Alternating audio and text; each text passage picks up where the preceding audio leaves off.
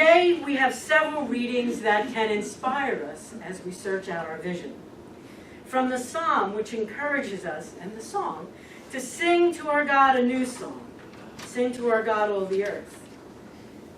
And it says in verse 11 and 12, and I must say, Jacqueline, well done. Well done. Let the heavens be glad, and let the earth rejoice. Let the sea roar, and all that fills it.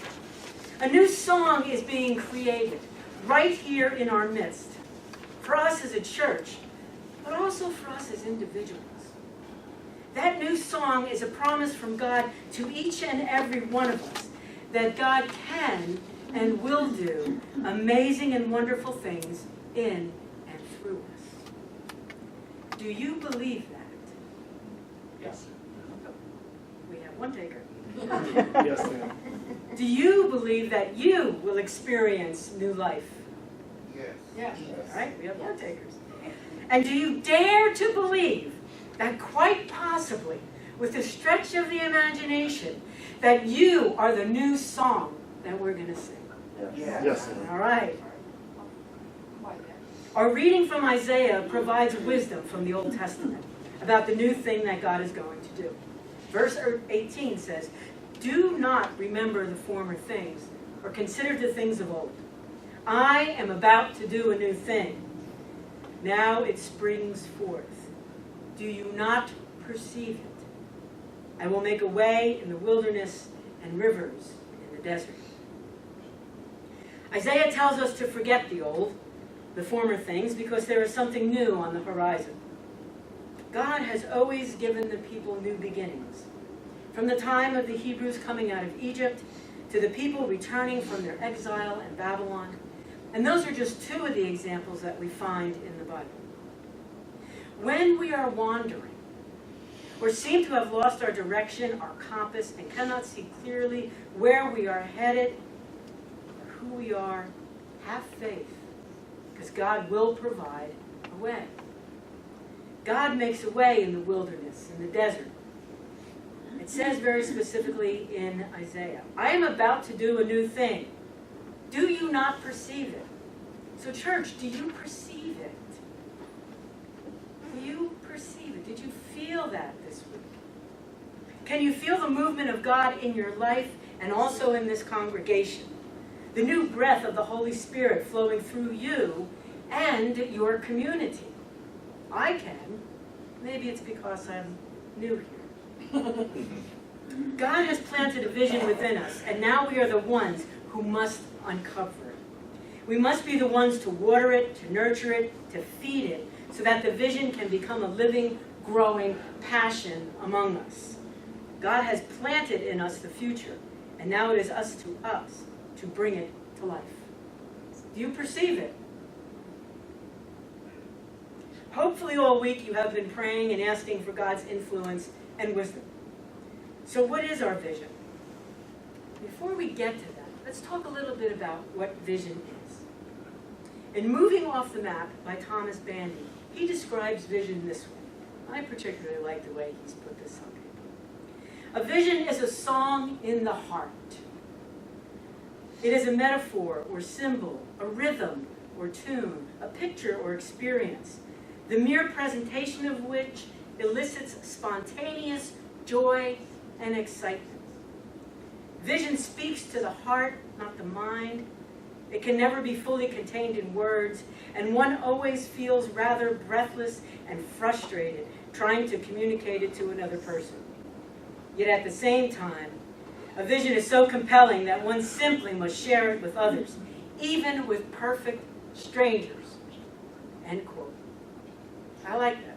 You know, sometimes when I get up in the morning and I have to haul butt from Northern Virginia over here, I'm kind of, oh God. And by the time I get here and I see your faces and I walk in through the door, it's like a breath of fresh air. It really is, and I hope you feel the same thing.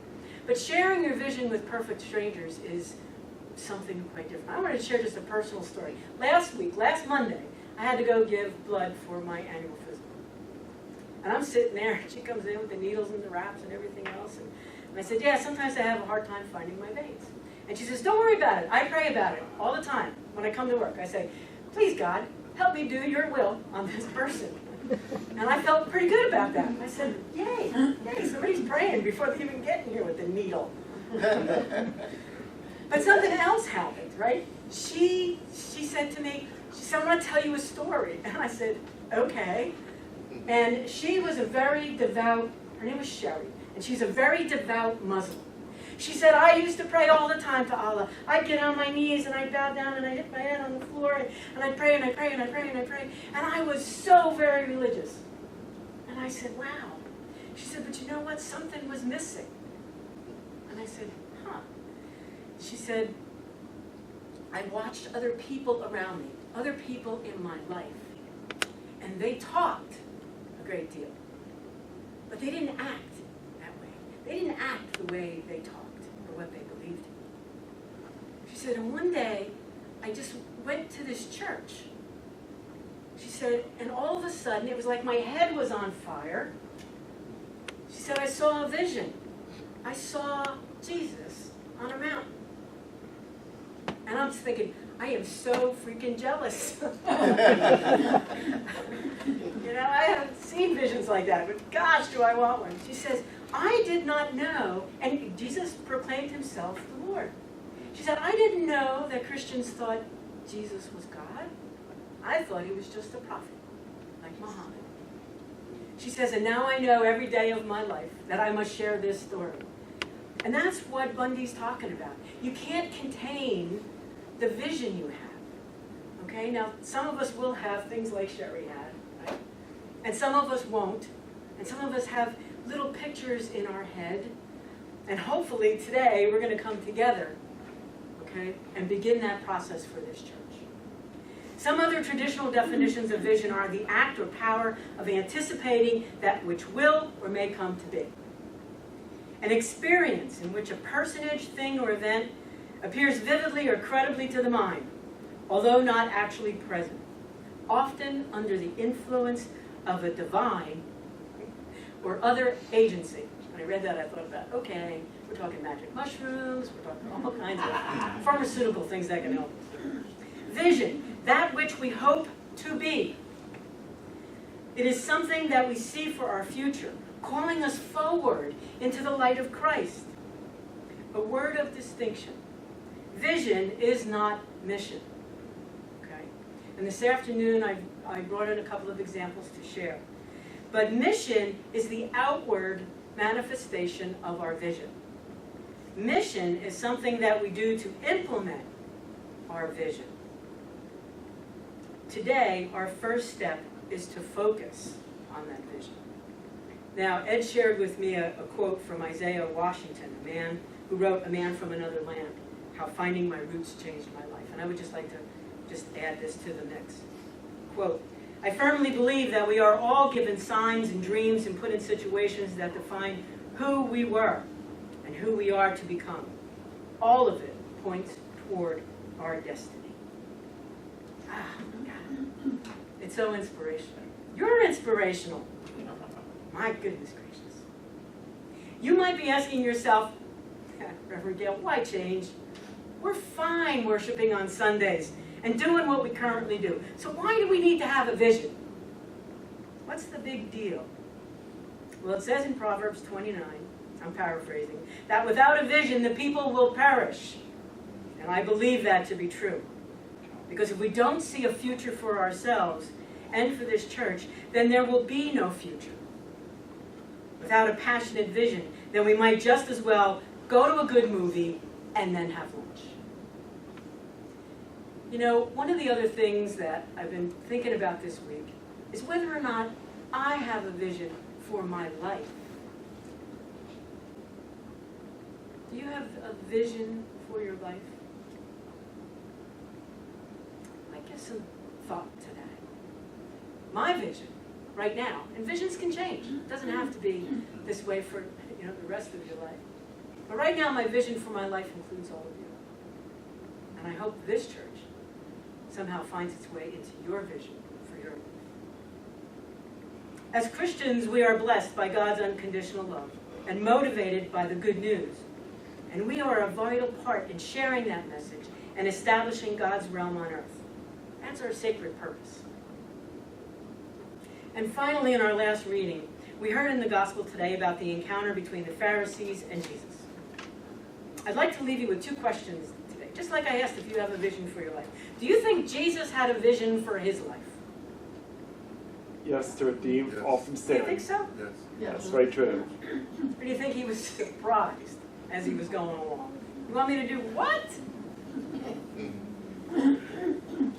In order to know what to do and say, we need to have a firm foundation. We need to be able to visualize our destiny. Now, the Pharisees were very popular with the people. They were. Because this group of people actually opposed the census tax. And the census tax could only be paid with Roman coin. So the Pharisees were trying to trick Jesus, asking if it was okay to pay taxes to the emperor. Now, the inscription on the Roman coin said, Tiberius Caesar, August, son of the divine Augustus, high priest. So depending on how he answered, he was either going to tick off one group or tick off another group. So it was a trick question. But just like we've come to know Jesus, he got out of it. His wisdom helped him see the difference. The image and inscription were considered blasphemous to many Jews, and the Pharisees knew this. Notice, though, that Jesus did not have a coin on him. He didn't have one in his possession. He did not possess one himself. But the Pharisees, jingle, jingle, jingle, they had a couple of coins. Now, probably they shouldn't have because they were in the temple, and you shouldn't bring that kind of stuff into the temple. But using this story as a way to help us understand, I ask again, did Jesus have a vision? And do we have a vision for ourselves and for this church? You know, I think his vision, and you know, I'm just guessing here, was to bring God's love to the people. And he did this through his mission of healing, touching, loving, sacrificing, and forgiving. His vision, though, could not be contained by him or anyone else who came in contact with him. That's what I hope for this church. As I mentioned last week, after worship today, we are going to begin our visioning process. The Dream Team has been working hard on this, although the past couple of weeks we've sort of like taken a little hiatus. But today's the day we start, right? We're going to order some pizza, we're going to pass out magazines, we're going to cut up pictures, we're going to make collages. That's going to be the start. We're going to start by asking you, what do you see for this church? And then next week, we're going to do part 2 of that. But today, it's for you to bring what God has planted in you to this community. So I hope that you'll be able to spend some time with us after service. If you're a regular attender, if you're just dropping by, or if you're here once in a blue moon. I am excited about the possibilities and direction in which we'll head. My friends, we have been given a new song to sing, and a new thing is about to happen. Do you perceive it? May it be so.